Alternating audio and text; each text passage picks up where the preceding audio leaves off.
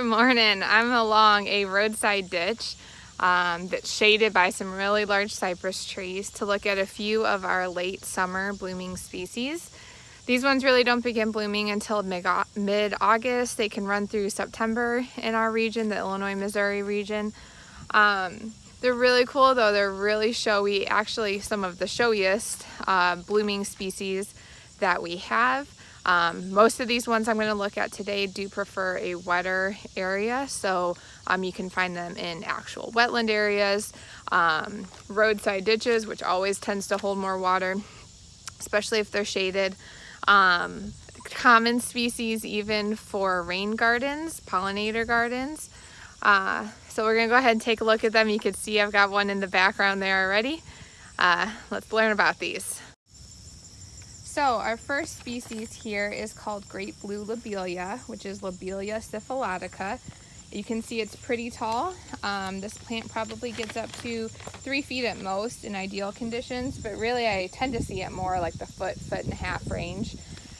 There's a lot of vegetation growing around it, but these are the dark green leaves that grow alternately up the plant. It kind of terminates in a spike, but really the flowers are coming from the axils of leaves, the higher up the plant that you get. But it looks like a big spike that's usually densely flowered. And at each individual flower you can see it's this really pretty purple color. It's actually composed of essentially 2 petals, so the top one is split into 2 lips and the bottom one is kind of like cleft into 3. It's really pretty. Great blue lobelia, common wetland plant.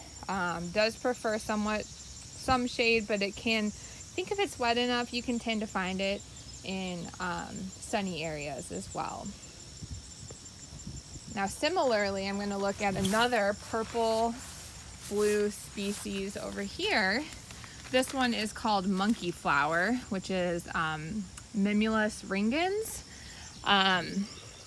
Not only is it similar in color, this one's more of like I guess a periwinkle, not quite as solid of a purple, but it also is split into 2 main petals, and the bottom 3-lipped and the top one is 2-lipped. It's called monkey flower, something to do with the way the face looks, or the flower looks like a monkey's face. It is different in that, first of all, it kind of has a squarish stem to it, but its leaves are opposite, trailing up the stem. It does have that same leaf look to it, just like a medium green. It is serrated, and you can see what the seed pods developing look like. So they're just a medium green color, but there's a lot of them running up the stem. This one's actually getting close to finished blooming. These are the only flowers on the plant right here.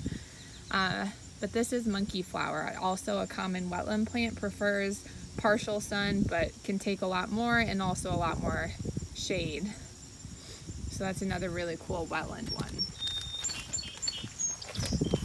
We're going to move down this ditch just a little bit to a more sunny spot. You can see more monkey flower, but this here is what we're looking for.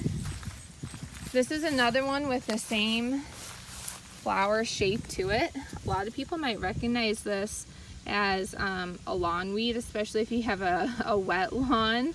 It does have a square stem to it. Its leaves, it can be like a trailing plant like it is right here. Its leaves are in opposite pairs. They're really almost lanceolate shaped, but the flower head is really cool. It's a spike, and from a distance it doesn't look like that pretty of a flower, but when you get up close you see how pretty it really is. It's divided into 2 parts, so the top lip acts like a hood, and it's one single piece, and it's more of a dark purple color, and then the bottom lip is actually white, and it's split into 3 parts. There's 2 lateral lips on the outside, and the center one, if I can zoom in well enough, you can see is actually fringed. So up close it's a really beautiful flower. If I didn't say already, this is called Selfheal Prunella vulgaris. It's a native plant found very commonly. It can be kind of weedy or ruderal. It does like areas of disturbance, so that's why I say roadside ditches that are mowed maybe once or twice a year will be filled with it, or areas that are just wetter than normal. So that's a cool one. Not super appreciated, but it is actually really beautiful when you look at it up close. All right, here is one of my favorite flowering species. It's a really nondescript plant. It's tall. I think these can get up to maybe even 8 feet tall. It's called late Fig Wart, Scrophularia. What's really unique about it is it's got these tiny little flowers that I can hopefully zoom in on.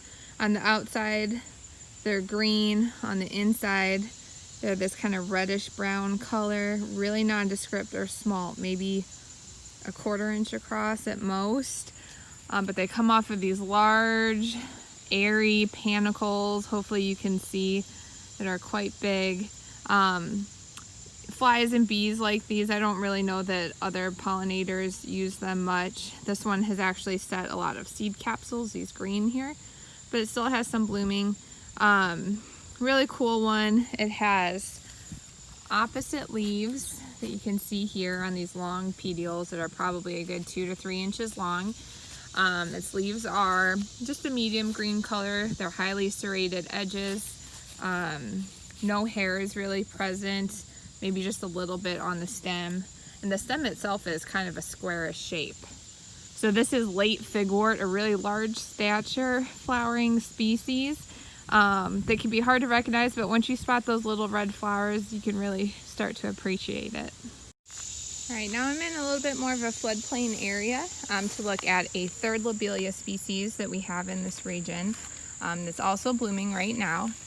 The typical look of a Lobelia, where it has alternating leaves up the stem. If you take a close look, the leaves are highly serrated at the edges and they look like they're tipped in white. This one is a white flowering species. It does have a panicled or raceme shaped head, but you can see it's very sparsely flowering in comparison to the other lobelias. But this one has very tiny white flowers, typical where it has the 2-lipped petal. So on the top you have 2 lobes to that lip, and then the bottom lip there are 3 lobes to it. This might actually even be considered, well, this one looks pretty white, but I feel like I've seen it a little bit more of a light purplish color before. Much smaller. It's called Indian tobacco. I do believe that this plant's highly toxic though, so in no way should you treat it like it is a tobacco plant, but it's Lobelia inflata. It's typical, more woodland, densely shaded areas in comparison to the other lobelias, which prefer more sun. So this one's cool that it has a different habitat, and you can see the seed heads that it puts on are really rounded, very distinctively round. So this is Lobelia inflata, Indian tobacco. All right, and here is another Lobelia species. This one that we're looking at actually has a really pretty butterfly on it right now. And most of the flowers are on that side, so I'm going to disturb him. You can see this is a gorgeous red flower, Lobelia cardinalis, which is Cardinal Flower. It is related to great blue lobelia, Lobelia syphilitica. It is a plant that gets probably up to about 4 feet tall. It has the alternate leaves that are finely serrated and often have the little white tips to them. The flowers themselves are a large panicle, a big spike of flowers. And just as with the other species that we're looking at today, it has that tube shape, and then has, you can see these 2 that I'm touching on the outside. Those are 2 lobes of the top lip and then 3 lobes of the bottom lip. It also has the stamen that comes really far out, making it unique. Red flowers are actually really uncommon in the wild or amongst native plants. There's really not that many in our region, and this is definitely one of the most striking ones, especially because of the large flower head to it. It's obviously loved by pollinators, hummingbirds, butterflies, moths, flies. This is actually one in my landscaping, but I had to show it to you because it's a really great native. It's a great one for butterfly gardens, rain gardens. Does like to stay in wet areas, that's why it's next to a little pond. So this is Cardinal Flower. All right, the growing season is quickly coming to a close, so if you haven't had the time to get out and botanize, make sure you take advantage as soon as possible. By the time we get into September, things really start to dwindle out. Go look for these really showy species that we identified today. They're quite easy to spot as long as you're in the right area. Have a good day.